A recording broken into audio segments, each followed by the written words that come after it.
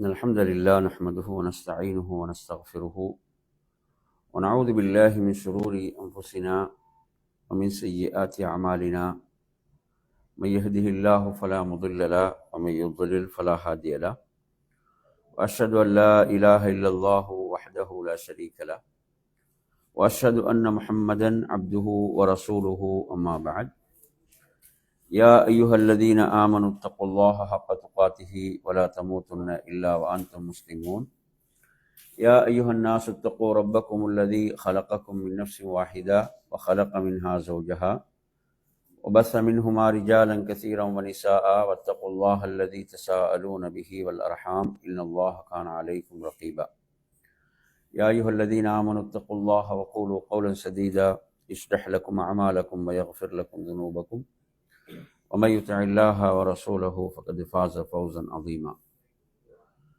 فإن أصدق الحديث كتاب الله وخير الهدي هدي محمد صلى الله عليه وسلم وشر الأمور محدثاتها وكل محدثة بدعة وكل بدعة ضلالة وكل ضلالة في النار.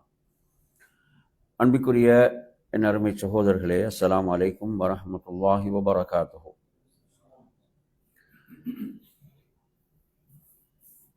திருந்தி வாழ்வதற்கு திருக்குர்ஆனுடைய வழிகாட்டல்கள் வலைக்கும் ஸலாம் என்ற இந்த தலைப்பிலே இன்று நாம் உமர் ரலியல்லாஹுடைய வாழ்வில் அவர்களுடைய ஆட்சி காலத்திலே நடந்த ஒரு நிகழ்வை முதலாவதாக நாம் பார்க்கலாம். அன்பிற்குரியவர்களே, உமர் ரலியல்லாஹு அவர்களுடைய ஆட்சி காலத்தில் ஒருவர் ஷாம் தேசத்திலிருந்து அவர்களை சந்திப்பதற்கு வரக்கூடியவர்களாக இருந்தார்கள். இப்படி வருவார்கள். அமீருல் முஃமினீன் உமர் இப்னு கத்தாப் ரலியல்லாஹு அன்ஹு சந்திப்பார்கள், சுகம் விசாரிப்பார்கள். ஆனால் அவரை பல காலமாக அவரை காணவில்லை என்கின்ற போது உமர் ரலியல்லாஹு அன்ஹு அவர்கள் கேட்கிறார்கள் அந்த மனிதரை பற்றி. அப்படி கேட்ட சந்தர்ப்பத்திலே சொல்லப்பட்டது, அவர் மதுபானத்துக்கு அடிமையாகிவிட்டார். மதுபானத்துக்கு அடிமையாகி அதிலே அவர் திளைத்து விட்டார் என்ற ஒரு செய்தி சொல்லப்பட்டது. இதை கேட்டவுடன் உமர் ரலியல்லாஹு அவர்களுக்கு ஒரு கவலை. என்ன செய்கிறார்கள் என்று சொன்னால், ஒரு கடிதத்தை அவருக்கு எழுதுமாறு பணிக்கின்றார்கள். அந்த கடிதத்திலே சலாம் சொல்லிவிட்டு அல்லாஹுவை போற்றி புகழ்ந்துவிட்டு அல்லாஹுவை பற்றிய அந்த செய்திகளை எழுதுகிறார்கள். அல்லாஹுல்லதி லா இலாஹ இல்லாஹு, வணக்கத்துக்குரியவன் அவனை தவிர வேறு யாரும் இல்லை. காஃபிரிஸ்ஸம், அவன் பாவங்களை மன்னிப்பவனாக இருக்கிறான். வகாபில் தௌபாவை ஒப்புக்கொள்ளக்கூடியவனாக இருக்கிறான். அதே போன்று ஷதீதுல் இகாப், அவனது தண்டனையும் கடுமையானதாக இருந்து கொண்டிருக்கிறது. தித்தவுல் இலா இலாஹ இல்லாஹு இலைஹில் மசீர், வணக்கத்துக்குரியவன் அவனை தவிர வேறு யாரும் இல்லை, அவன் பாலே மீளுதல் இருக்கிறது. அந்த தண்டனை என்பது கடுமையானது, நீளமானது என்ற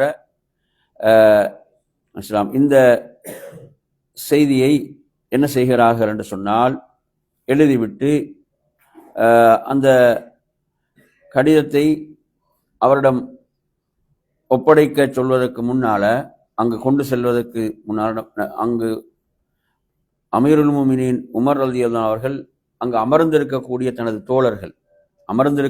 தோழர்களிடம் சொல்கிறார்கள், நீங்கள் அனைவரும் அவருக்காக துஆ செய்யுங்கள். நீங்க என்ன செய்யுங்க, ஒவ்வொருவரும் அவருக்காக துஆ செய்யுங்கள். அவர் தனது பாவத்திலிருந்து தௌபா செய்து மீள்வதற்காக நீங்கள் ஒவ்வொருவரும் அவருக்காக துஆ செய்யுங்கள் என்று குறிப்பிட்டார்கள். இப்போ கடிதமும் கொண்டு செல்லப்படுகிறது. கடிதம் உரியவரிடம் ஒப்படைக்கப்படுகிறது. அவர் கடிதத்தை படிக்கின்றார். அதை படித்துவிட்டு அதில் உள்ள இந்த செய்திகளை அவர் திரும்ப அந்த குர்ஆனுடைய வசனத்தை அவர்கள் ஓதிவிட்டு, அல்லாஹு தஆலா மிக்க மன்னிப்பவனாக இருக்கிறான். வகத் வஅதனி அல்லாஹு அன் யக்ஃபிர லீ, அல்லாஹ் எனக்கு வாக்களித்திருக்கிறான். அல்லாஹ் அவனிடம் மன்னிப்பை யாரெல்லாம் பிரார்த்திக்கிறார்களோ அவர்களுக்கு அல்லாஹ் மன்னிப்பை வாக்களித்திருக்கிறான். அவனது தண்டனையை கொண்டும் அவன் எச்சரித்திருக்கிறான் என்று இவ்வாறு அவர் அதை வாசித்து என்ன செய்கிறார் என்றால் திரும்ப திரும்ப அந்த வசனங்களை படித்துவிட்டு அவர் அழ ஆரம்பிக்கிறார். அழுதுவிட்டு அவர் தனது பாவத்துக்கு தௌபா செய்து விடுகிறார். அப்ப இந்த செய்தி உமர் ரலியல்லாஹு அன்ஹு அவர்களுக்கு எத்தி வைக்கப்படுகிறது. அப்போது அவர்கள் சொல்கிறார்கள், தனது தோழர்களை பார்த்து சொல்கிறார்கள், உங்களில் யாராவது பாவத்திலே வீழ்ந்து விட்டால் நீங்கள் இவ்வாறு செய்யுங்கள், இவ்வாறு நடந்து கொள்ளுங்கள். அவருக்காக நீங்கள் மறைவிலே பிரார்த்திப்பதும் அவரை நீங்கள் தௌபாவின் பால் அழைப்பதும் அலைஹிஸ்ஸலாம் என்ற வழிகாட்டலை அமீருல் மோமினின் அவர்கள் இங்கு வழங்குகிறார்கள். எனவே அருமையான சகோதரர்களே, இது ஒரு முக்கியமான ஒரு வழிகாட்டல். எதற்கென்று சொன்னால், பாவத்திலிருந்து மக்கள் மீண்டு வருவதற்கு என்ன செய்வது, நாம் ஒரு தூய்மையான இஹ்லாஸான உள்ளத்தோடு அவர்களை அழைப்பது. எதற்காக? உங்களுடைய பாவத்தை நீங்கள் விட்டுவிடுங்கள், தௌபா செய்து விடுங்கள் என்று அவரை அழைப்பது. குர்ஆனுடைய வசனங்களை எடுத்து சொல்லி அந்த வசனங்கள் ஊடாக அவரை அழைத்தல். அதே போன்று மறைவில் அவருக்காக துஆ செய்தல், மறைவிலே அவருக்காக பிரார்த்தனை செய்தல். கதை டோரை கொஞ்சம் க்ளோஸ் பண்ணுங்க, சவுண்டெல்லாம் மூடிடுங்க. எனவே அருமையான சகோதரர்களே, அந்த அடிப்படையிலே குர்ஆன் சொல்லக்கூடிய ஒரு முக்கியமான ஒரு வழிகாட்டலாக இந்த வழிகாட்டல் இருந்து கொண்டிருக்கிறது. ஏனென்றால் நாம் இங்கே கவனிக்க வேண்டிய மற்றும் ஒரு முக்கியமான விடயம் என்னவென்றால், சிலர்கள் பாவத்திலே வீழ்ந்து விடுகின்ற போது, தவறுகளில் வீழ்ந்து விடுகின்ற போது, அதாவது சிலர் எப்படி நினைக்கிறாங்கன்னு சொன்னா, நம்ம நாம் தவறே செய்யாதவர்கள், பாவமே செய்யாதவர்கள் என்ற மாதிரி நாம் நம்மை தூய்மைப்படுத்தி கொண்டு பிறரை பார்க்கின்றோம். அது ஒரு தவறான ஒரு பார்வை. என்றால் நாம் ஒவ்வொருவரும் தவறு செய்யக்கூடியவர்கள், ஒவ்வொருவரும் பிழை செய்யக்கூடியவர்கள். எனவே அருமையான சகோதரர்களே, நாம் என்ன செய்கிறோம், நாம் ஒரு தவறை செய்து விட்டால் நமக்குள் வரக்கூடிய சிந்தனை என்ன? பெரும்பாலும் என்ன சிந்தனை வரும்? நாம் அதற்குரிய நியாயங்களை சொல்லிக்கொள்வோம், அப்படித்தானே?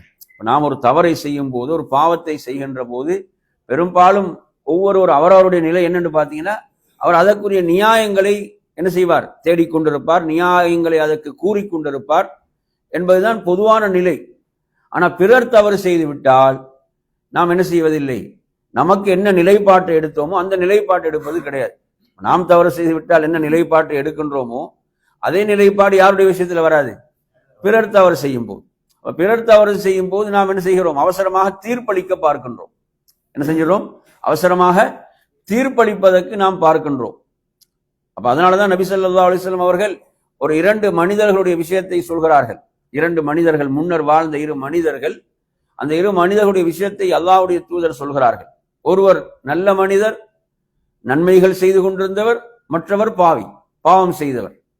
நன்மை செய்யக்கூடியவர் என்ன செய்கிறார் என்றால், பாவம் செய்யக்கூடியவருக்கு உபதேசம் செய்து கொண்டுதான் இருக்கிறார். நீங்க பாவத்தை விட்டு விடு, இந்த பாவத்திலிருந்து மீண்டு விடு என்று அவருக்கு உபதேசம் செய்கிறார். அவர் கொடுக்கக்கூடிய பதில் என்ன? நீ என்ன என்னை கண்காணிப்பதற்கு நீ அனுப்பப்படவில்லை, நீ உண்ட வேலையை பாருன மாதிரி தான் அவரோட பதில் இருக்கிறது. அப்ப எனவே இப்படி இருக்கும்போது ஒரு நாள் அவர் ஒரு பெரும் குற்றத்தை, பாவத்தை செய்து விடுகிறார். அப்போது இந்த நன்மை செய்யக்கூடிய மனிதர் என்ன செய்கிறார் என்றால், அல்லாஹ் நிச்சயமாக உன்னை மன்னிக்க மாட்டான் என்று அல்லாஹ் மீது சத்தியமிட்டு அவர் சொல்லிவிடுகிறார்.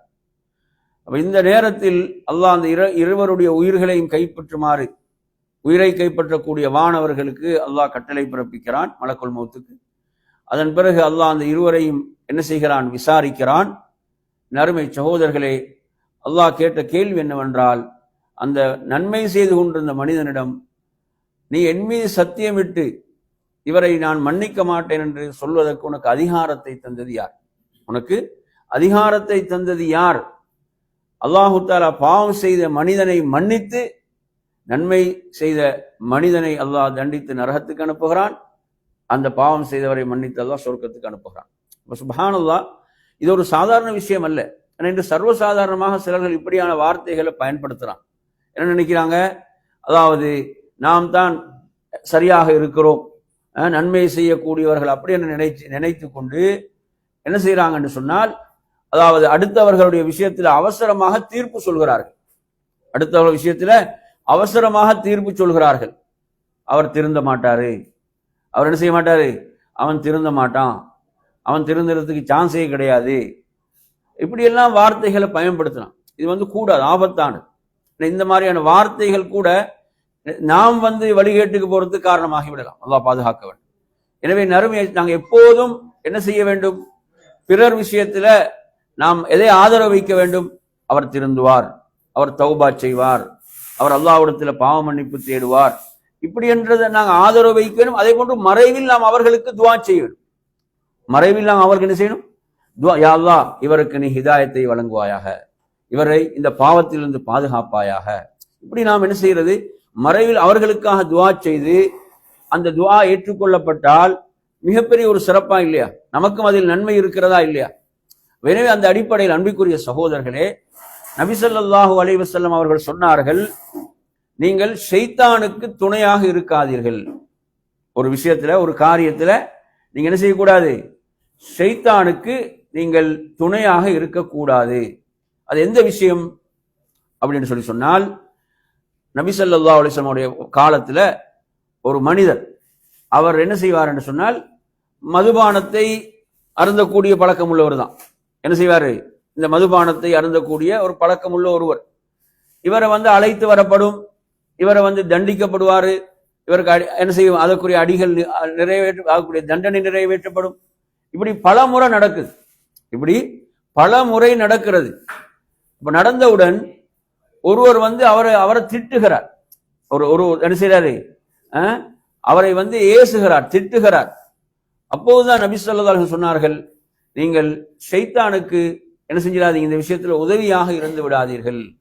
ஷைத்தானுக்கு உதவியாக இருப்பது என்றால் என்ன என்ன அதாவது நீங்க அவரை திட்டும் போது, அவரை ஏசும் போது அவர் என்ன செய்யலாம், அந்த பாவத்துல கூடுதலாக போய் விழலாம், கூடுதலாக போய் விழுந்து நேர்வழியின் பக்கம் வராமல் விலகி செல்லலாம்.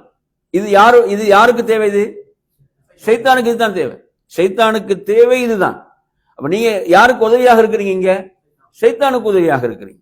அப்ப அதனால என்ன, நாங்க சில ஊர்கள்ல கூட பாத்தீங்கன்னா என்ன செய்யறாங்க, சில தவறுகள் நடக்கும் போது அதை அணுக வேண்டிய முறைகள் நிச்சயமாக இருக்கிறது, மாற்று கருத்து இல்லை.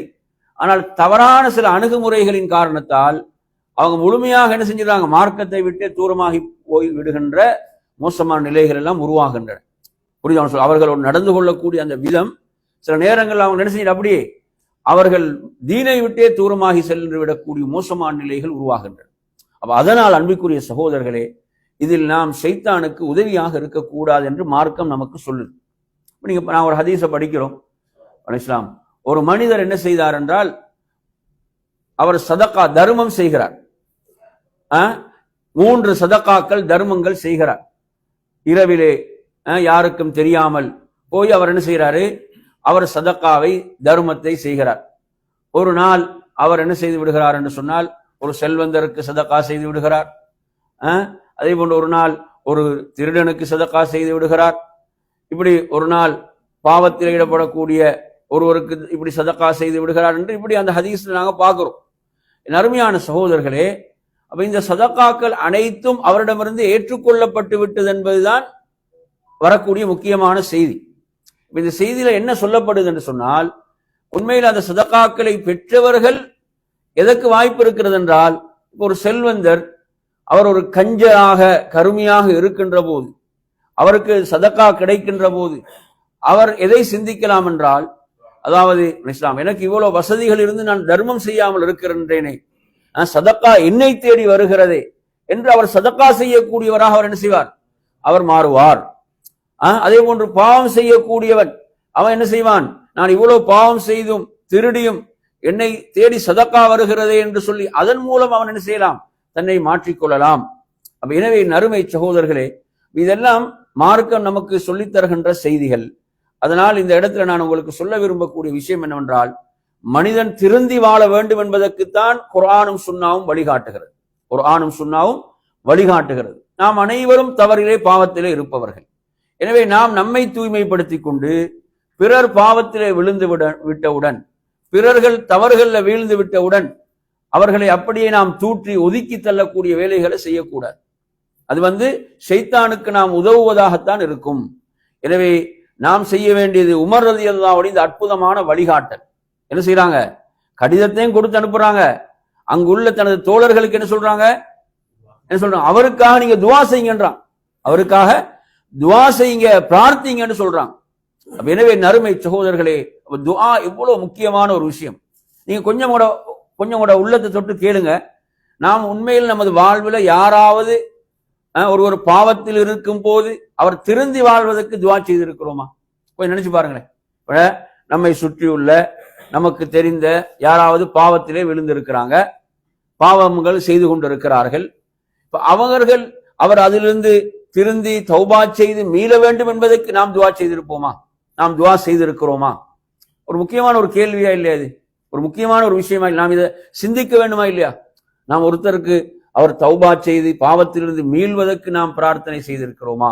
எனவே நறுமை சகோதரர்களே, இது ஒரு முக்கியமான ஒரு வழிகாட்டல்.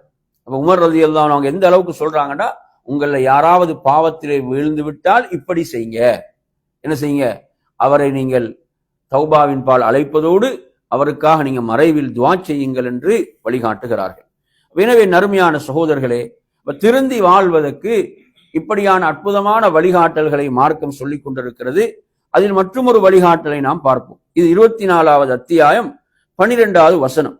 இதில் அல்லாஹு தஆலா ஒரு வரலாற்றை சொல்லி, வரலாறு என்றால் இது அல்லாஹ்வுடைய தூதருடைய வாழ்வில் அவங்களுடைய வாழ்நாளில் நடந்த ஒரு விஷயம். யாருடைய விஷயம் என்றால் ஆயிஷா ரலியல்லாஹு அன்ஹாவுடைய விஷயம்.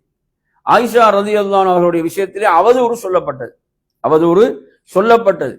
அப்ப அவதூறு சொல்லப்பட்டவுடன் அது உண்மையில நபி அவர்களுக்கு ஒரு பெரும் ஒரு சோதனையாக மாறியது. ஒரு மாத காலம் என்ன செய்யறாங்க? ஆயிஷா அவர்களை அவருடைய பெற்றோருடைய வீட்டில் போய் இருக்குமாறெல்லாம் அல்லாஹ்வுடைய தூதர் கட்டளை பிறப்பிக்கிறாங்க. ஒரு நெருக்கடியான ஒரு சூழல் அங்கு உருவாகுது மதீனார். எனவே அந்த நேரத்தில் ஒரு மாத காலத்துக்கு பிறகுதான் அது தொடர்பான அவங்க ஒரு தூய்மையான பரிசுத்தமான பெண் என்பதற்கான வசனங்கள் எல்லாம் என்ன செய்யப்படுகிற சூரத்து நூர் என்ற அத்தியாயத்திலே அருளப்பெறுகின்றன. இதுல அல்லாஹு தஆலா ஒரு முக்கியமான வழிகாட்டலை முஸ்லீம்களுக்கு வழங்குகிறான். இந்த முஸ்லீம் உம்மத்துக்கு அல்லாஹு தஆலா வழங்குகிறான். இந்த வழிகாட்டல் மிக முக்கியமான ஒரு வழிகாட்டல். இது சாதாரணமாக நாங்க அன்றாடம் இந்த பாவத்தில் வீழ்ந்து கொண்டு இருக்கிறோம். அன்றாடம் நாம் இந்த பாவத்தில் வீழ்ந்து கொண்டு இருக்கிறோம். அப்படியான ஒரு பாவம் இது. குர்ஆன் எப்படி அதை வழிகாட்டுதுன்னு பாருங்க. நான் அதில் திருந்தி வாழ வேண்டும் என்பதற்காக அல்லாஹ் சொல்கிறான், லௌலா இது சமிஅதுமூஹு வன்னல் முஃமினூன வல் முஃமினாத் பிஅன்ஃபுஸிஹிம் கைரா வகாலு ஹாதா இஃப்கும் முபீன். இதுல சுப்ஹானல்லாஹ், அல்லாஹ்வுடைய வழிகாட்டல் என்னவென்று சொன்னால், அதாவது மூமினான ஆண்களும் பெண்களும் எப்படி எண்ணி இருக்க வேண்டும் என்று அல்லாஹ் தஆலா சொல்லித் தர்றான். ஆயிஷா ரலியல்லாஹு அந்த விஷயம் வந்தபோது, அவர்களுடைய விஷயத்தில் ஒரு அவதூறு பரப்பப்பட்ட போது, உண்மையாக மூமினான ஆண்களும் பெண்களும் அதில் எப்படி நடந்து கொண்டிருக்க வேண்டும் என்பது அல்லாஹ் வழிகாட்டுகிறான். என்ன சொல்கிறான்? அவர்கள் நல்லதை எண்ணி இருக்க வேண்டாமா? பாத்தீங்களா எப்படி சொல்றான்? ஆயிஷா அதனுடைய விஷயத்துல அவர்கள் நல்லதை எண்ணி இருக்க வேண்டாமா? அது அவர்கள் இது ஒரு தெளிவான அவதூறு என்று சொல்லி இருக்க வேண்டாமா என்று அல்லாஹ் வழிகாட்டுறான். பாத்தீங்களா எவ்வளவு முக்கியமான ஒரு இடம் என்று பாருங்க. இதை பற்றி அல்லாஹு தஆலா சொல்லும் போது அந்த தொடர்ந்து நீங்க படிச்சீங்கன்னு சொன்ன சூரத்து நூர்ல, அதாவது நீங்கள் இதை ஒரு சர்வ சாதாரணமாக ஒன்றாக நினைக்கிறீங்க, ஆனா இது அல்லாஹ்விடத்துல ஒரு மிகப்பெரிய குற்றம் என்று அல்லாஹு தஆலா சொல்கிறான். எனவே நறுமையான சகோதரர்களே, நாங்க பிற முஸ்லீம்கள் மீது நல்லெண்ணம் கொள்ளுதல் இருக்கிறதே, அதுவும் யார் அல்லாஹுடைய தூதருடைய மனைவியுடைய விஷயம், சுப்ஹானல்லாஹ், சாதாரண விஷயம் அல்ல. எனவே இப்படியான செய்திகள் வருகின்ற போது நாங்கள் மிக கவனமாக இருக்க வேண்டும். யாரை பற்றி நாம் தப்பெண்ணம் கொண்டு விடக்கூடாது, தவறான எண்ணம் கொண்டு விடக்கூடாது. அப்படி என்ற ஒரு அற்புதமான வழிகாட்டல் நமக்கு சொல்லி தரப்படுது. இப்ப நபி அஹமதுல வர ஒரு ஹதீஸ், நபி ஸல்லல்லாஹு அலைஹி வஸல்லம் அவர்கள் சஹாபாக்களோடு மஸ்ஜித் நபவியில் அமர்ந்திருக்கும் போது நபி ஸல்லல்லாஹு அலைஹி வஸல்லம் அவங்க சொல்றாங்க, இப்போது ஒரு மனிதர் மஸ்ஜிதுக்குள் நுழைவார், அவர் சொர்க்கத்துக்குரியவர் என்று சொல்றாங்க. இப்போது ஒரு மனிதர் மஸ்ஜிதுக்குள் நுழைவார், அவர் யாரு? அவர் சொர்க்கத்துக்குரிய ஒருவர் என்று நபி அவங்க சொல்றாங்க. அப்போ ஒரு மனிதர் என்ன செய்யறாரு? தனது செருப்புகளை கையில் எடுத்துக்கொண்டு தாடியில் உள்ள அந்த தண்ணீரை தட்டியவராக அவர் மஸ்ஜிதுக்குள் நுழைகிறார். ஒரு நாள் நடக்குது. அடுத்த நாளும் நபி அவங்க சொல்றாங்க, இப்போது ஒரு மனிதர் மஸ்ஜிதுக்குள் நுழைவார், அவர் சொர்க்கத்துக்குரியவர் என்று சொல்றாங்க. அதே போன்று அவரே தான் நுழைகிறார். அன்பிற்குரிய நறுமையான சகோதரர்களே, அப்துல்லா இப்னு அம்ர் இப்னு ஆஸ் சொல்றாங்க, இந்த மனிதரிடம் இருக்கக்கூடிய சிறப்பான அமல் என்ன என்பதை நான் தெரிந்து கொள்வதற்காக அவரோடு நான் அனுமதி பெற்று அவரோடு தங்கினேன் சொல்றான். ஒரு நாள், 2 நாள், 3 நாள் அவரோடு நான் தங்குகிறேன். நபி அவங்க இவர் சொர்க்கத்துக்குரியவர் என்று சொல்லிட்டாங்க. இவர் சொர்க்கத்துக்குரியவர் என்ற சிறப்பை எந்த அமலின் மூலம் அடைந்து கொண்டார், எந்த அமலின் மூலம் பெற்றுக் கொண்டார், என்னிடம் இல்லாத எந்த சிறப்பான அமல் அவரிடம் இருக்கிறது என்பதை பார்ப்பதற்காக இதுதான் அங்கு போட்டியா இருந்துச்சு. அன்று அங்கு எது போட்டியாக இருந்துச்சு? இதுதான் போட்டியாக இருந்தது. நன்மையில் முந்தி செல்ல வேண்டும், நன்மையில் சிறப்பை அடைந்து கொள்ள வேண்டும், சுவர்க்கத்துக்குரியவர்களாக மாற வேண்டும். அதில் தான் அங்கு போட்டி நடந்தது. நறுமை சகோதரர்களே, சுப்ஹானல்லாஹ். பாருங்க, அப்போது அவர் சொல்கிறார், அவரிடம் நான் எந்த ஒரு சிறப்பான அமலையும் பார்க்கவில்லை. நாம் என்ன அமலை செய்கிறோமோ அதே அமலைத்தான் அவரும் செய்து கொண்டிருக்கிறார். எந்த ஒரு சிறப்பான அமலையும் நான் அவரிடம் பார்க்கவில்லை. அதன் பிறகு நான் இறுதியாக அவரிடமே கேட்டுவிட்டேன். இப்படி அல்லாஹ்வுடைய தூதர் உங்களை பற்றி சிறப்பித்து சொன்னார்கள். சொர்க்கத்துக்குரிய ஒருவர் இப்போது நுழைவார் என்று சொன்னார்கள். அப்படி உங்களிடம் இருக்கக்கூடிய சிறப்பான அமல் எது, சிறப்பான அமல் என்ன என்று நான் கேட்டேன் என்று சொல்றார். அப்போது அவங்க சொல்றாங்க, என் அருமை சகோதரர்களே, அதாவது நான் இரவிலே தூங்கச் செல்கின்ற போது யாரை பற்றி எந்த ஒரு தப்பான எண்ணத்தோடும் தூங்க செல்ல மாட்டேன். யாரை பற்றி எனக்கு தவறான எண்ணம் கிடையாது, தப்பான எண்ணம் கிடையாது. அவ்வளவு அந்த உள்ளம் என்னது, பிறர் விஷயத்துல தூய்மையாக இருக்கும். அப்படி என்ற ஒரு விஷயத்தை அவர் சொல்றார். சுப்ஹானல்லாஹ். அருமையான சகோதரர்களே, இது ஒரு முக்கியமான ஒரு விஷயமா இல்லையா? கல்புன் சலீம், அரபுல எப்படி சொல்லுவாங்க? கல்புன் சலீம். கல்புன் சலீம் என்றால் ஒரு ஈடேற்றமான உள்ளம், நோயற்ற உள்ளம். அப்படித்தானே? நோயற்ற உள்ளம் தான் கல்புன் சலீம் என்பது. அப்ப நோயற்ற உள்ளம் என்று சொன்னால், என் அருமை சகோதரர்களே, இன்று எமது உள்ளங்கள் என்னென்ன நோய்களால் பாதிக்கப்பட்டிருக்கின்றன என்று பார்த்தீங்கன்னு சொன்னா, அதாவது நிறைய நோய்களால் என்ன செய்து உள்ளங்கள் பாதிக்கப்பட்டிருக்கின்றன. இதிலிருந்து நமது உள்ளத்தை நாம் தூய்மை பெற செய்ய வேண்டும். அப்ப நமது உள்ளங்கள் கல்புன் சலீமாக மாற வேண்டும். எப்படியான உள்ளங்களாக? நோயற்ற உள்ளங்களாக, கல்புன் சலீமாக மாற வேண்டும். அந்த உள்ளங்களுக்குரிய சிறப்பு என்ன? அல்லாஹ் குர்ஆன்ல எப்படி சொல்கிறான்? யௌம லா யன்ஃபஉ மாலுன் வலா பனூன் இல்லா மன் அத்தல்லாஹ பிகல்பின் சலீம். அந்த நாள் என்பது செல்வமோ பிள்ளைகளோ பயனளிக்காத நாள். அங்கு பயன் தராத இவைகள் எது பயன் தரும், எது பயனளிக்கும்? இல்லா மன் அத்தல்லாஹ பிகல்பின் சலீம். ஈடேற்றமான உள்ளத்தோடு யார் வருகிறாரோ அல்லாஹ்விடத்தில் அவரை தவிர. பாருங்க, சலீமான உள்ளத்தோடு. சலீமான உள்ளம் என்றால் என் அருமையான சகோதரர்களே, எதிலிருந்தெல்லாம் உள்ளம் சலீமாக இருக்க வேணும்? சொல்லுங்க. ஷிர்கிலிருந்து. முதலாவது அப்படித்தானே? முதலாவது எதிலிருந்து? ஷிர்க் நஜிஸ், அது அசுத்தம். அல்லாஹ் குர்ஆன் எப்படி சொல்றான்? அதை நஜிஸ் என்று சொல்கிறான். புரியுது அவன் சொல்றது? அது அசுத்தம். எனவே இந்த அசுத்தத்தை விட்டு நீங்கள், சிலை வணக்கம் என்ற அசுத்தத்தை விட்டு நீங்கள் விலகிக் கொள்ளுங்கள். ஷிர்க் என்பது அசுத்தம். அப்ப இந்த அசுத்தத்திலிருந்து நமது உள்ளம் தூய்மையாக இருக்க வேண்டும், தூய்மையாக இருக்க வேண்டும். ஒரு முறை அல்லாஹ்வுடைய தூதர் சொல்கிறார்கள், அபூபக்கரே, அதாவது ஷிர்க் என்பது எப்படி உள்ளத்தில் ஊடுருவும் என்றால், ஒரு கருப்பு எறும்பு எப்படி ஊடுருவி செல்கிறதோ அது போன்று உணராமலே உள்ள பூந்துடும். அப்படி ஒரு ஆபத்தான விஷயம் அது.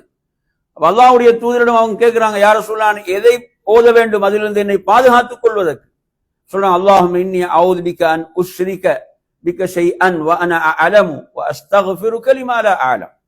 இதை நீங்க ஓதுங்க, இதை நீங்கள் கூறுங்கள் என்று கற்றுக் கொடுக்கிறான். அல்லாஹ்விடத்தில் நாங்க என்ன செய்து, இப்படியான இந்த ஷிர்க், உனக்கு இணை வைப்பதை விட்டு நான் உன்னிடம் பாதுகாப்பு தேடுகிறேன், நான் அறிந்தும் அறியாமலும் செய்துவிட்டு உன்னிடம் பாவ மன்னிப்பு தேடுகிறேன் என்று கற்றுக் கொடுக்கிறான். எனவே நறுமையான சகோதரர்களே, முதலாவது நமது உள்ளம் தூய்மையாக இருக்க வேண்டிய விடயம் என்ன? ஷிர்க் என்ற அசுத்தத்திலிருந்து தூய்மையாக இருக்கு. அது மிகப்பெரிய அசுத்தம் என்ற அது என்ன செய்துவிடும் என்றால், எல்லா நன்மைகளையும் அழித்து விடக்கூடிய ஒரு அசுத்தம். அதே போன்ற நறுமையான சகோதரர்களே, பித்அத் என்ற அசுத்தம். சுன்னா நபி வழியை நாம் பின்பற்ற வேண்டும். பித்அத்துகள் என்பதை விட்டு நாங்கள் முழுமையாக விலகி இருக்க வேண்டும். நமது உள்ளம் சுன்னாவை நேசிக்க வேண்டும், பிதஅத்துகளை நேசிக்கக்கூடிய உள்ளமாக மாறக்கூடாது, இருக்கக்கூடாது. அதிலிருந்து நமது உள்ளம் சலாமத்தாக இருக்க வேண்டும். அதே போன்ற அருமை சகோதரர், ஏனைய பாவங்களிலிருந்து நமது உள்ளம் தூய்மையாக இருக்க வேண்டும், பரிசுத்தமாக இருக்க வேண்டும். நாங்க ஹதீஸ்ல படிக்கிறோம், அல்லாஹ்வுடைய தூதர் சொன்னார்கள், இன்னல்லாஹ லா யன்துரு இலா சுவரிக்கும் வ அம்வாலிக்கும் வலாக்கின் யன்துருல்லாஹு இலா குலூபிக்கும் வ ஆமாலிக்கும். அல்லாஹ் உங்களுடைய தோற்றத்தையோ உங்களுடைய செல்வத்தையோ அவன் பார்ப்பதில்லை, அவன் பார்ப்பதெல்லாம் உங்களுடைய உள்ளங்களையும் செயல்களையும் தான். அல்லாஹ் பார்க்கக்கூடிய இடத்தை தூய்மையாக வைத்துக் கொள்ள வேணுமா இல்லையா? அப்படித்தானே? எங்களோட ஆடையில ஒரு அழுக்குப்பட்ட என்ன செஞ்சிடறோம்? ஆடையில ஒரு அழுக்குப்பட்ட என்ன செய்யறோம்? அவசரமாக கழுவிக் கொள்கிறோம். ஏன் கழுவுறோம்? எதற்காக? மக்கள் பார்க்கிறாங்க. புரியுது அவன் சொல்றது? மக்கள் அதை பார்ப்பார்கள் என்பதற்காக உடனே அதை சுத்தப்படுத்திக் கொள்கிறோம். ஹதீஸ் என்ன சொல்லுது? அல்லாஹ் பார்க்கக்கூடிய இடம் உள்ளம். அல்லாஹ் பார்க்கக்கூடிய இடம் உங்களுடைய உள்ளம், உங்களுடைய செயல்கள். உள்ளம் அல்லாஹ் பார்க்கக்கூடிய இடமாகிய உள்ளத்தை நாம் தூய்மையாக வைத்துக் கொள்ள வேண்டும், பரிசுத்தமாக வைத்துக் கொள்ள வேண்டும். எனவே நறுமையான சகோதரர்களே, உள்ளம் பாவங்களை விட்டு சலாமத்தானதாக இருக்க வேண்டும். அந்த நோய்களிலிருந்து உள்ளம் தூய்மையாக இருக்க வேண்டும். அதே போன்று நான் இப்போ சொன்ன ஹதீஸ்ல மிக முக்கியமாக சொல்லப்பட்ட விஷயம் என்ன? பிறர் சம்பந்தப்பட்டது. பிறரை பற்றி நாம் என்ன செய்யக்கூடாது? தவறான எண்ணங்களை ஏற்படுத்திக் கொள்ளக்கூடாது, தப்பான எண்ணங்களை ஏற்படுத்திக் கொள்ளக்கூடாது. சிலவங்க எந்த அளவுக்கு சிலவங்கள்ட்ட பிரச்சனை இருக்குதுன்னு சொல்லி பாத்தீங்கன்னா, பிறருடைய எண்ணங்களிலும் சந்தேகம் வைக்கிறாங்க. எப்படி சொல்றாங்க? பிறர் ஒரு நல்ல விஷயத்தை செய்து விட்டால் என்ன சொல்றாங்க? அவரது நோக்கம் சரியில்லை, அவரது உள்ளம் சரியில்லை, இப்படி தீர்ப்பு சொல்லக்கூடிய அளவுக்கு போறான். அவரது உள்ளம் சரியில்லை உனக்கு எப்படி தெரியும்? அவரது நோக்கம் சரியில்லை, உள்ளம் சரியில்லை என்றெல்லாம் சொல்ற அளவுக்கு சிலர் மாறுகிறார்கள். அவங்க ஒரு நல்லதை செய்தால் அதை ஏற்றுக்கொள்ள தயாரில்லை. அதாவது பிறர் ஒரு நல்லதை செய்தால் அதை புகழவோ ஏற்றுக்கொள்ளவோ சிலர் தயாரில்லை. அதை எப்படியாவது அதை விமர்சிக்க வேண்டும், அதை குறை கூற வேண்டும். அப்ப என்ன செய்யறது? சொல்றது அவரது நோக்கம் சரியில்லை, அவரது உள்ளம் சரியில்லை, இப்படியெல்லாம் பேசுகிறார்கள். அப்ப எனவே நறுமையான சகோதரர்களே, அதாவது நமது உள்ளத்தை நாம் இவ்வாறான நோய்களிலிருந்து தூய்மைப்படுத்திக் கொள்ள வேண்டும். ஹதீஸ் ரசூலுல்லாஹ் சொல்றாங்க, இன்ன ஃபில் ஜஸதி முதுஆ, நிச்சயமாக உடலில் ஒரு சதை பிண்டம், ஒரு சதை துண்டு இருக்கிறது. அது சீராகிவிட்டால் முழு உடலும் சீராகிவிடும், அது மோசமடைந்து விட்டால் முழு உடலும் மோசமடைந்து விடும். அலா வஹியல் கல்ப், அதுதான் உள்ளம் என்று அல்லாஹ்வுடைய தூதர் சொன்னார். உள்ளத்துடைய தூய்மை, பரிசுத்தம் எவ்வளவு முக்கியமானது என் அருமையான சகோதரர்கள். உள்ளத்துடைய தூய்மை, பரிசுத்தம் எவ்வளவு முக்கியமானது. அது மோசமாகிவிட்டால் முழு உடலும் மோசமாகும், செயல்பாடுகள் மோசமாகும், வார்த்தைகள் மோசமாகும், பேச்சுக்கள் மோசமாகும், நடத்தைகள் மோசமாகும். அந்த அளவுக்கு அவன் சென்று விடுவான். அல்லாஹ் பாதுகாப்பு. உள்ளத்தை நாங்க பரிசுத்தப்படுத்த வேண்டும். உள்ளத்தில் நாம் ஹதீஸ படிக்கிறோம், அல்லாஹ்வுடைய தூதர் சொன்னாங்க, ஒருவன் ஒரு பாவத்தை செய்து விட்டால் பாதிப்பு உடல் எங்க நடக்கும்? உள்ளத்தில். அங்குதான் ஒரு கரும்புள்ளி என்ன செய்யும்? விழும். நுக்தத்துன் சௌதா, ஒரு கரும்புள்ளி அங்கு விழுந்து விடும். இந்த புள்ளியை நாம் அழிப்பதாக இருந்தால் என்ன செய்ய வேண்டும்? என்ன செய்யணும்? நாம் அல்லாஹ்விடத்தில் இஸ்திக்ஃபார் செய்யணும். அஸ்தக்ஃபிருல்லாஹ் வ அதூபு இலைஹ். அல்லாஹ்விடத்தில் நாம் பாவ மன்னிப்பு தேட வேண்டும், அல்லது ஒரு நன்மையான காரியத்தை செய்துவிட வேண்டும். அது அந்த புள்ளியை அழித்து விடும். அப்ப நாங்கள் உள்ளத்தை பாவங்களிலிருந்து பரிசுத்தப்படுத்திக் கொண்டே இருக்க வேண்டும். என் அருமை சகோதரர்களே, இந்த தூய்மை என்ற வேலை நடந்து கொண்டே இருக்க வேண்டும். இது தொடர்ந்து நடந்து கொண்டே இருக்க வேண்டிய ஒரு விஷயம். புரியுது அவன் சொல்றது? எனவே நறுமையான சகோதரர்களே, அந்த அடிப்படையில, அதாவது பிறருடைய விஷயத்துல நாம் எப்போதும் நல்லெண்ணம் கொள்ளக்கூடியவர்களாக இருக்க வேண்டும். எப்படி? பிறருடைய விஷயத்தில் நல்லெண்ணம் கொள்ளக்கூடியவர்களாக. அல்லாஹ்வுடைய தூதர் ஸல்லல்லாஹு அலைஹி வஸல்லம் அவர்கள் தனது தோழர்களுக்கு மத்தியில வருவாங்க. சஹாபாக்களுக்கு மத்தியில வரும்போது தனது தோழர்களை பற்றி யாராவது அல்லாஹ்வுடைய தூதரிடம் பேச ஆரம்பித்தால் அல்லாஹ்வுடைய தூதர் சொல்வார்கள், எனது தோழர்களை பற்றி நீங்க எதுவும் என்னிடம் சொல்ல வேண்டாம். எனது தோழர்களை பற்றி எதுவும் நீங்கள் என்னிடம் கூற வேண்டாம். நான் தூய்மையான பரிசுத்தமான உள்ளத்தோடு எனது தோழர்களை நான் சந்திக்க விரும்புகிறேன் என்று சொல்றான். எனது தோழர்களை எப்படி சந்திக்க விரும்புகிறாங்களாம்? தூய்மையான உள்ளத்தோடு நான் சந்திக்க விரும்புகிறேன். எனவே நறுமையான சகோதரர்களை, சுப்ஹானல்லாஹ், அந்த அடிப்படையில பாத்தீங்கன்னு சொன்னா இது மிக முக்கியமான ஒரு பண்பு, நாம் நம்மிலே வளர்த்து கொள்ள வேண்டிய ஒரு முக்கியமான விஷயம். ஏன்னா சில இந்த உள்ளம் சார்ந்த அமல்கள் இருக்குது தானே, சில உள்ளம் சார்ந்த அமல்களை பார்த்தீங்கன்னு சொன்னா அது செயல் சார்ந்த அமல்களை விட முந்தி சென்று விடும். அது ஒரு முக்கியமான ஒரு விஷயம். அது நீங்க தெரிந்து கொள்ள வேண்டிய ஒரு விஷயம். என்ன, நாங்க செயல்களால் சேர்ந்த அமல்கள், இந்த செயல் சார்ந்த அமல்களை எல்லாம் எது முந்தி சென்று விடும்? உள்ளம் சார்ந்த அமல்கள், குலூபுல் அமால் என்று சொல்லக்கூடிய உள்ளம் சார்ந்த அமல்கள் அவைகளை முந்தி சென்று விடும். அந்த அளவுக்கு சிறப்புக்குரியது உள்ளம் சார்ந்த அமல்கள், உள்ளத்தோடு தொடர்பான அமல்கள். எனவே நறுமையான சகோதரர்களே, அதனாலதான் நாங்க பார்க்கிறோம், ரசூலுல்லாஹ் சொல்றாங்க, எப்படி நீங்க உஹது மலையளவு தங்கத்தை தான் அல்லாஹ்வுடைய வழியிலே செலவு செய்தாலும் சஹாபாக்கள் எந்த அளவு செய்தது சதகா? எந்த அளவு? அவருடைய கை அளவு, இப்ப 2 கையை சேர்த்து அவங்க கொடுக்கிற அளவு செய்ததற்கு கூட ஈடாக மாட்டாதுன்னு சொன்னாங்க அல்லாஹ்வுடைய தூதர். ஏன் சொன்னாங்க என்றால், அவர்களுடைய அந்த தூய்மையான எண்ணம், அவர்களிடம் அவங்களோட உள்ளத்துடைய பரிசுத்தம், இஹ்லாஸ், இதெல்லாம் அதுல செல்வாக்கு செலுத்தும். நல்லா புரிஞ்சுக்கோங்க, இதெல்லாம் அதுல என்ன செய்யும்? செல்வாக்கு செலுத்தும். வெறுமனே பொருள் மட்டுமல்ல, அவர்களுடைய அந்த மார்க்க ஈடுபாடுகள், அவங்களுடைய இஹ்லாஸ், இதெல்லாம் அதுல மிகப்பெரிய ஒரு செல்வாக்கை செலுத்தும். அந்த அடிப்படையில் நறுமையான சகோதரர்களே, நமது உள்ளத்துடைய தூய்மை பரிசுத்தம் என்பது சுப்ஹானல்லாஹ் எம்மை எங்கோ கொண்டு போய் சேர்த்து விடும், எம்மை எங்கோ கொண்டு போய் வைத்து விடும். அதனாலதான் சொல்வார்கள், என் அருமையான சகோதரர்களே, அதாவது உள்ளத்துடைய தூய்மை பரிசுத்தத்தை பொறுத்தவரையில அது நமக்கு சிறந்த இறுதி முடிவை கொண்டு வந்து தரக்கூடியதாக இருந்து கொண்டிருக்கிறது. அந்த அடிப்படையில் நமது உள்ளத்துடைய பரிசுத்தத்துக்காக நாம் கேட்க வேண்டிய துஆ என்ன? நாம் கேட்க வேண்டிய முக்கியமான ஒரு துஆ, அல்லாஹ்வுடைய தூதர் கற்றுத்தந்த துஆ. நாங்க நேற்று கூட ஒரு துஆ உங்களுக்கு சொல்லி தந்தோம். நேற்று கூட இது தொடர்பான ஒரு துஆவை சொன்னோம். அந்த துஆ என்னவென்றால், ரப்பிக்ஃபிர் ஸம்பி வதஹிர் கல்பி வஹஸ்ஸின் ஃபர்ஜி என்ற ஒரு துஆ சொன்னோம். நேற்று ஒரு துஆ கற்றுக் கொடுத்தோம். ரப்பிக்ஃபிர் ஸம்பி, என் இறைவா எனது பாவத்தை மன்னிப்பாயா, எனது பாவங்களை மன்னிப்பாயா. ரப்பிக்ஃபிர் ஸம்பி. அடுத்து சொன்னோம் வதஹிர் கல்பி, எனது உள்ளத்தை தூய்மையாக்குவாயா, எனது உள்ளத்தை பரிசுத்தப்படுத்துவாயா. அடுத்து 3வது சொன்னோம் வஹஸ்ஸின் ஃபர்ஜி, எனது கற்பை நீ பாதுகாப்பாயா, பாவத்திலிருந்து பாதுகாப்பாயாக, எனது மறை உறுப்பை பாவத்திலிருந்து பாதுகாப்பாயாக என்ற இந்த துஆ ஒரு முக்கியமான துஆ. நமது உள்ளத்துடைய பரிசுத்தத்துக்காக நாம் கேட்க வேண்டிய ஒரு முக்கியமான துஆ, ஞாபகம் வைத்துக் கொள்ளுங்கள். அடுத்த ஒரு முக்கியமான துஆ என்ன? அல்லாஹும்ம ஆத்தி நஃப்ஸி தக்வாஹா வஸக்கிஹா அன்த கைரு மன் ஸக்காஹா அன்த வலியுஹா வ மௌலாஹா என்ற இந்த துஆ. இதை நாம் மரணமிட்டு ஓதி வர வேண்டிய துஆக்கள் ஒன்று. யா அல்லாஹ், எனது நஃப்ஸுக்கு நீ எதை தருவாயாக? தக்வாவை, இறையச்சத்தை தருவாயாக. வஸக்கிஹா அன்த கைரு மன் ஸக்கா, அதை நீ பரிசுத்தப்படுத்துவாயாக.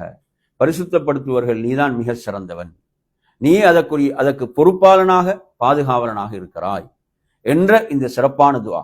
இது நாம் நமது உள்ளத்துடைய பரிசுத்தத்துக்காக, தூய்மைக்காக நாம் ஓதி வர வேண்டிய முக்கியமான துஆ. நாங்கள் நன்றாக புரிந்து கொள்ளுங்கள், நமது உள்ளத்துடைய தூய்மை பரிசுத்தத்துக்கான முதலாவது வழிகாட்டல் என்ன? துஆ. முதல் வழிகாட்டல் என்ன? துஆ, பிரார்த்தனை. நாம் அல்லாஹ்விடத்தில் பிரார்த்தித்துக் கொண்டே இருக்க வேண்டும், அல்லாஹ்விடத்தில் துஆ செய்ய வேண்டும். யா அல்லாஹ், நமக்கு அரபுல தெரியாதா? நாம் தமிழ்ல கேட்கிறோம், யா அல்லாஹ் எனது உள்ளத்தை பரிசுத்தப்படுத்துவாயாக, எனது ஆன்மாவை தூய்மைப்படுத்துவாயாக என்று நாம் அல்லாஹ்விடத்தில் நமது ஆன்மாவுடைய உள்ளத்துடைய தூய்மைக்காக நாம் பிரார்த்தித்துக் கொண்டே இருக்க வேண்டும். நறுமையான சகோதரர்களே, இந்த துஆவை கேட்டவங்க யாரு? நபி ஸல்லல்லாஹு அலைஹி வஸல்லம். யார் கேட்டாங்க? அல்லாஹ்வுடைய தூதர். அல்லாஹ் தனது தூதரை பற்றி குர்ஆன்ல எப்படி சொல்கிறான்? ஹுவல்லதி பஅஸ ஃபில் உம்மீயீன ரசூலம் மின்ஹும் யத்லு அலைஹிம் ஆயாத்திஹி வ யுஸக்கீஹிம். நபி அவங்களை அல்லாஹ் எதற்கு அனுப்பினான் என்று சொன்னா, அவர்களை தூய்மைப்படுத்துவதற்காக அனுப்பினான். அல்லாஹ் அவர்களை பரிசுத்தப்படுத்துவதற்காக அல்லாஹ் அனுப்பினான். அப்படி அனுப்பப்பட்ட அந்த நபி தனது உள்ளத்துடைய தூய்மைக்காக, பரிசுத்தத்துக்காக அல்லாஹ்விடம் பிரார்த்தித்தார் என்பதை நாம் பார்க்கின்றோம். எனவே நறுமையான சகோதரர்களே, அந்த அடிப்படையில நமது உள்ளத்துடைய பரிசுத்தத்துக்கான முதல் விஷயம் துஆ, பிரார்த்தனை. அடுத்து 2வது ஒரு வழிகாட்டல், நமது உள்ளத்துடைய தூய்மைக்கும் பரிசுத்தத்துக்கும் 2வது ஒரு வழிகாட்டல் என்னவென்றால், நாம் என்ன செய்ய வேண்டும்? திருக்குர்ஆனை விளங்கி ஓதுதல். நமது உள்ளத்துடைய தூய்மைக்கு இது மிக முக்கியமான ஒரு வழிகாட்டலாக இருக்கிறது. என்ன? நாம் குர்ஆனை நாம் விளங்கி ஓதுதல். அல்லாஹ் குர்ஆன்ல எப்படி கேட்கிறான்? அஃபலா யததப்பரூனல் குர்ஆன அம் அலா குலூபின் அக்ஃபாலுஹான்னு கேட்கிறான். அவர்கள் குர்ஆனை சிந்திக்க வேண்டாமா? அல் குர்ஆனை அவர்கள் ஆராய வேண்டாமா? அவர்களுடைய உள்ளங்களுக்கு என்ன பூட்டு போடப்பட்டு இருக்கிறதான்னு அல்லாஹ் கேட்கிறான். அப்ப உள்ளத்தை எது திறக்கும்? இந்த வசனத்தின் படிச்சீங்கன்னா எது உள்ளத்தை திறக்கக்கூடியது? அப்ப குர்ஆனை ஒருவர் விளங்குதல், குர்ஆனை ஒருவர் விளங்குதல், அதில் உள்ள செய்திகளை ஒருவர் விளங்குவது இருக்கிறதே, அது உள்ளத்தை திறக்கும். அது உள்ளத்தை திறக்கக்கூடிய ஒரு விடயம். உள்ளத்துடைய பரிசுத்தத்துக்காக, தூய்மைக்காக என் அருமை சகோதரர்களே, அல் குர்ஆனை போன்று சிறந்த ஒன்று கிடையாது. குர்ஆனை நாம் எடுத்து அதனுடைய விளக்கத்தோடு பொருளோடு நாம் படிக்கின்ற போது நிச்சயமாக அது உள்ளத்தை என்ன செய்யும்? அது பரிசுத்தப்படுத்தும். எந்த அளவுக்கு அல்லாஹு தஆலா சொல்கிறான் என்று சொன்னால், சஹாபாக்கள் எப்படி கேட்பாங்களாம்? ஒரு சூரா இறங்கி விட்டால் அவங்க கேட்பாங்களாம், ஐயுக்கும் ஜாதத்துஹு ஹாதிஹி ஈமானான்னு கேட்பாங்களாம். இந்த ஒரு சூரா இறங்கும் போது, வசனங்கள் இறங்கும் போது சஹாபாக்கள் தங்களுக்கு மத்தியில் எப்படி கேட்டுக்கொள்வார்களாம்? அல்லாஹ் சொல்கிறான், உங்கள யாருடைய ஈமானை இது அதிகப்படுத்தி இருக்கிறது என்று அவர்கள் கேட்பார்கள். தங்களுக்கு மத்தியில் அவங்க கேட்டுக்கொள்வாங்க. அல்லாஹ் சொல்கிறான், எவர்களுடைய ஈமான் அதிகரித்ததோ உண்மையில் அவர்கள் பாக்கியவான்கள், அவர்கள் நற்செய்திக்குரியவர்கள் என்று ரப்புல் ஆலமீன் சொல்கிறான். எனவே அன்பிற்குரிய நறுமையான சகோதரர்களே, உள்ளத்துடைய தூய்மைக்காக, பரிசுத்தத்துக்காக இரண்டாவது முக்கியமான வழிகாட்டல் தான் என்ன செய்வது? நாம் குர்ஆனை விளங்கி ஓதுவது. குர்ஆனை விளங்கி ஓதுவது என்ற இந்த விடயம் உள்ளத்துடைய தூய்மைக்கான வழிகாட்டலாக இருந்து கொண்டிருக்கிறது. மூன்றாவது வழிகாட்டலின் அருமையான சகோதரர்களே, உள்ளத்துடைய பரிசுத்தத்துக்காக, தூய்மைக்காக உள்ள வழிகாட்டல்கள்ல நாம் அல்லாஹுவை அதிகம் திக்ரு செய்வது. அல்லாஹுவை நாம் அதிகம் திக்ரு செய்யக்கூடியவர்களாக நாம் மாறுவது. நாம் திக்ரை பற்றிய செய்தியை படிக்கின்ற போது எந்த அளவுக்கு திக்ருடைய சிறப்பு சொல்லப்படுது என்று சொன்னால், அது ஒரு பாதுகாப்பான கோட்டையை போன்றது. உள்ளத்தை என்ன செய்யும் என்றால், ஷைத்தானுக்கு நெருங்க விடாமல் பாதுகாக்கக்கூடியதுதான் திக்ராக இருக்கிறது. திக்ராக இருக்கிறது. இப்ப நாங்க பார்க்கிறோம், எந்த அத்தியாயம்? குல் அவுது பிரப்பின் நாஸ். அந்த அத்தியாயத்துல ஒரு ஷைத்தானை பற்றி சொல்லப்படுது. அந்த ஷைத்தான் யாரு? அல் ஹன்னாஸ். என்ன பேர்? அல் ஹன்னாஸ். இந்த அல் ஹன்னாஸ் என்ற ஷைத்தானுடைய வேலை என்ன? அப்துல்லாஹ் இப்னு அப்பாஸ் ரலியல்லாஹு அன்ஹு சொல்கிறார்கள், எந்த உள்ளம் அல்லாஹுவை திக்ரு செய்வதை விட்டு மறந்து இருக்கிறதோ அப்போது அவன் நுழைகிறான். அப்போது அந்த உள்ளத்தில் அவன் என்ன செய்கிறான்? தனது வேலைகளை செய்ய ஆரம்பிக்கிறான். எந்த உள்ளம் இறை நினைவோடு இருக்கிறதோ அந்த உள்ளத்தின் பால் அவனால் நெருங்க முடியாது. அவனால் நெருங்க முடியாது. எனவே நறுமையான சகோதரர்களே, அல்லாஹுவை நாம் திக்ரு செய்வது என்பது அவ்வளவு அற்புதம். அல்லாஹுடைய தூதர் சொன்னார்கள், அல்லாஹுவை திக்ரு செய்பவனுக்கும் திக்ரு செய்யாதவனுக்கும் உதாரணம் என்ன? உயிரோடு உள்ளவன் மரணித்தவனுடைய உதாரணம். உயிரோடு உள்ளவன் அவன் அல்லாஹுவை திக்ரு செய்து கொண்டிருக்கிறான். அந்த உள்ளம் உயிரோடு இருக்கிறது. மரணித்த உள்ளம் இருக்கிறதே, மரணித்தவன் அவன் அல்லாஹுவையுடைய திக்ர் அற்றவனாக இருக்கிறான். இந்த உதாரணத்தை அல்லாஹ்வுடைய உயிரோடு உள்ளவன் மரணித்தவனுடைய உதாரணத்தை சொன்னார். அன்பிற்குரிய நறுமையான சகோதரர்களே, உள்ளத்துடைய பரிசுத்தத்துக்காக, தூய்மைக்காக நாம் செய்ய வேண்டிய முக்கியமான மூன்றாவது அமல் என்ன? நாம் அல்லாஹுவை அதிகம் நாம் திக்ரு செய்தல். அல்லாஹுவை நாம் அதிகம் திக்ரு செய்தல் என்ற அமல். எனவே என் அருமை சகோதரர்களே, நாம் உள்ளத்தை பரிசுத்தப்படுத்துவதற்காக மார்க்கம் என்னென்ன வழிகாட்டல்களை நமக்கு சொல்லி தந்திருக்கிறதோ அந்த வழிகாட்டல்களை நாம் ஏற்று செயல்பட வேண்டும். அதில் நாம் கவனம் செலுத்த வேண்டும். ஓகே.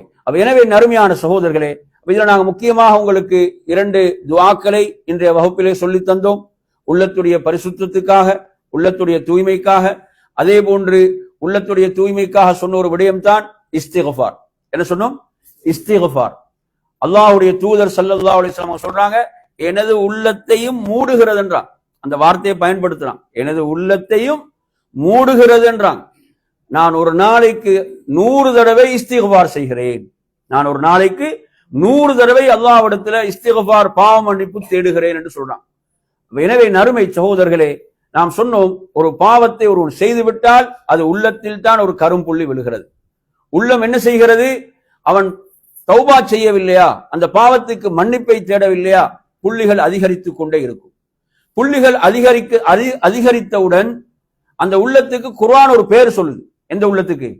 இப்படி அந்த உள்ளம் பாவங்களால் நிறைந்து இருளடைந்த உள்ளமாக மாறும் போது அந்த உள்ளத்துக்கு குர்ஆன் சொல்லக்கூடிய பேர் தான் ரான். எப்படி வருது குர்ஆன்ல? ரான் என்ற பேர் வருகிறது.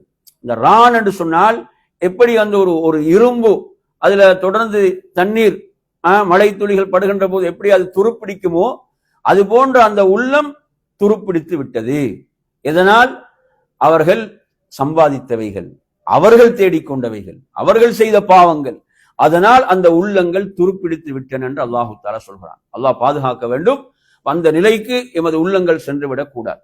அந்த நிலைக்கு எமது உள்ளங்கள் சென்றுவிடக் கூடாது. அப்ப எனவே உள்ளத்துடைய தூய்மைக்கான மிக முக்கியமான அடுத்த வழிகாட்டல் இஸ்திக்ஃபார். நாங்க அல்லாஹ்விடத்துல பாவ மன்னிப்பு தேடிக்கொண்டே இருக்க வேண்டும். இப்ப அதற்கு நாம் அஸ்தக்ஃபிருல்லாஹ் என்று சொல்லலாம். அது எல்லாருக்கும் தெரிந்தானே, அஸ்தக்ஃபிருல்லாஹ். அதே போன்று அஸ்தக்ஃபிருல்லாஹ வ அதூபு இலைஹி, அஸ்தக்ஃபிருல்லாஹ வ அதூபு இலைஹி, இதுவும் அனைவருக்கும் தெரியும். அஸ்தக்ஃபிருல்லாஹ வ அதூபு இலைஹி. நாம் இந்த அஸ்தக்ஃபிருல்லாஹ வ அதூபு இலைஹி என்பதை ஒரு நாளைக்கு 100 தடவை சொல்றது. இன்னைக்கு 100 தடவை சொன்ன கொஞ்சம் கை உயர்த்துக்கு பாப்போம். இந்த இஸ்திக்ஃபார் இன்னைக்கு 100 தடவை சொன்ன, மாஷா அல்லாஹ். 2-3 பேர் கை உயர்த்துறாங்க, அல்ஹம்துலில்லாஹ். பாருங்க, இதெல்லாம் எங்களுக்கு தெரிஞ்ச விஷயங்கள், ஆனா நாங்க செயல்படுத்துறோம் இல்லை. இதெல்லாம் நாங்க நினைக்கிறோம் என்ன, இதெல்லாம் இவர் சொல்ற தெரிஞ்ச விஷயம் தான் சொல்லி கொண்டிருக்கிறார், பயம் இல்லை. என்ன சொல்லுவோம்? எங்களோட மனசு என்ன சொல்லுமாடா, இவர் தெரிஞ்ச விஷயத்தான் சொல்லி கொண்டிருக்கிறாருன்றோம். ஆனா செய்யறோமா என்றதான் விஷயம். தெரிஞ்ச விஷயத்தான் சொல்றாரு என்றது ஓகே. ஆனா இது இவைகள் எமது வாழ்க்கையில நடைமுறையில் இருக்கிறதா? தெரிந்த விடயங்கள். சாப்பிடும் போது பிஸ்மில்லான்னு சொல்றது எல்லாருக்கும் தெரியும். ஆனா எத்தனை பேர் சொல்றோம்? புரியுதா சொல்றது? சாப்பிடும் போது பிஸ்மில்லான்னு சொல்றது எல்லோருக்கும் தெரியும். ஆனா எத்தனை பேர் சொல்கிறோம்? இப்படி மார்க்க விஷயங்கள், நமக்கு தெரிந்த விடயங்கள் நாம் எந்த அளவு செயல்படுத்துகிறோம்? அஸ்தக்ஃபிருல்லாஹ வ அதூபு இலைஹி என்ற திக்ர் நாங்க ஒரு நாளைக்கு 100 தடவை சொல்ல வேண்டிய ஒரு திக்ர். அதை விட அதிகம் எவ்வளவு சொல்லலாம். நபி அவர்கள் ஒரு நாளைக்கு 100 தடவை இதை சொல்லுவாங்க என்று சொன்னால், அல்லாஹ்வுடைய தூதரை சொல்கிறார்கள் என்றால் நாம் அதன்பால் எவ்வளவு தேவையுடையவர்களாக இருக்கிறோம். எனவே நறுமையான சகோதரர்களே, இஸ்திக்ஃபாருக்கு இது போக சில அழகான துஆக்கள் இருக்குது. இப்ப குர்ஆன்ல கூட நீங்க எடுத்தீங்கன்னா நாங்க எளிதாக மரணமிட்டு ஓத முடிந்த துஆக்கள். ரப்பி இன்னி ظلمت نفسي فاغفر لي, அவ்வளவுதான். ரப்பி இன்னி ظلمت نفسي فاغفر لي. மூசா அலைஹிஸ்ஸலாம் கேட்ட துஆ. அல்லாஹ், நான் எனது நஃப்ஸுக்கே அநியாயம் செய்து விட்டேன், எனவே என்னை மன்னிப்பாயாக. ரப்பி இன்னி ظلمت نفسي فاغفر لي. நபி அவங்க அழகான ஒரு துஆ சொல்லி தந்தாங்க. அல்லாஹும்ம اغفر لي வர்ஹம்னி வஆஃபினி வர்ஸுக்னி. 4 விஷயங்கள். 4ம் எங்கட ஈருலக வாழ்வுக்கும் தேவையானவைகள். அல்லாஹ், என்னை மன்னிப்பாயாக, எனக்கு அருள் புரிவாயாக, எனக்கு ஆரோக்கியத்தை தருவாயாக, எனக்கு ரிஸ்கை தருவாயாக. இந்த 4 விஷயங்கள் அழகான துஆ. அல்லாஹும்ம اغفر لي வர்ஹம்னி வஆஃபினி வர்ஸுக்னி என்ற இந்த துஆவை நாம் சொல்லலாம். அதே போல நாங்க இங்க ஒரு பயான்ல ஒரு துஆ படிச்சோம். ரப்பி اغفر لي خطيئتي يوم الدين என்ற ஒரு துஆ படிச்சோம். ரப்பி اغفر لي خطيئتي يوم الدين என்ன அர்த்தம்? அதாவது மறுமையுடைய வாழ்வில் எனது பாவங்களை மன்னிப்பாயா, அந்த தீர்ப்பு நாளில் எனது பாவங்களை நிறைவா மன்னிப்பாயா. ரப்பி اغفر لي خطيئتي يوم الدين என்ற துஆ. நபி அவங்க ஒரு சபையில உட்கார்ந்தா இதை 100 தடவை சொல்லுவாங்க என்று எல்லாம் ஹதீஸ் படிக்கிறோம். சஹாபாக்கள் சொல்றாங்க, ஒரு சபையில் நான் அமர்ந்திருந்தேன், அல்லாஹ்வுடைய தூதர் இதை 100 தடவை சொன்னார்கள். 100 தடவை சொன்னாங்க. என்ன? ரப்பி اغفر لي வதுப் அலைய இன்னக அன்த தவ்வாபுர் ரஹீம் என்றும் வருது, இன்னக அன்த தவ்வாபுல் கஃபூர் என்றும் வருகிறது. ஒரு சபையில உட்கார்ந்து இருக்கிறோம். சுப்ஹானல்லாஹ் சொல்றாங்க சஹாபாக்கள், அல்லாஹ்வுடைய தூதர் இதை 100 தடவை சொன்னதை நான் எண்ணினேன். சுப்ஹானல்லாஹ். ரப்பி اغفر لي வதுப் அலைய இன்னக அன்த தவ்வாபுர் ரஹீம். சுப்ஹானல்லாஹ். ரப்பி اغفر لي வதுப் அலைய இன்னக அன்த தவ்வாபுர் ரஹீம். எனவே நறுமையான சகோதரர்களே, இஸ்திக்ஃபார் நமது உள்ளத்தை பரிசுத்தப்படுத்தும், நமது உள்ளத்தை தூய்மையாக்கும். எனவே நாங்கள் அதிகமாக இஸ்திக்ஃபாருடைய விஷயத்துல கவனம் செலுத்த வேண்டும். எனவே இத்தோடு நாம் இன்றைய உரையை நிறைவு செய்து கொள்வோம். உங்களுக்கு ஏதும் கேள்விகள், சந்தேகங்கள் இருந்தால் கேட்டு விளக்கம் பெற்றுக் கொள்ளலாம். வஆஹிரு தஅவானா அல்ஹம்துலில்லாஹி ரப்பில் ஆலமீன். வஸ்ஸலாமு அலைக்கும் வரஹ்மத்துல்லாஹி வபரகாத்துஹு.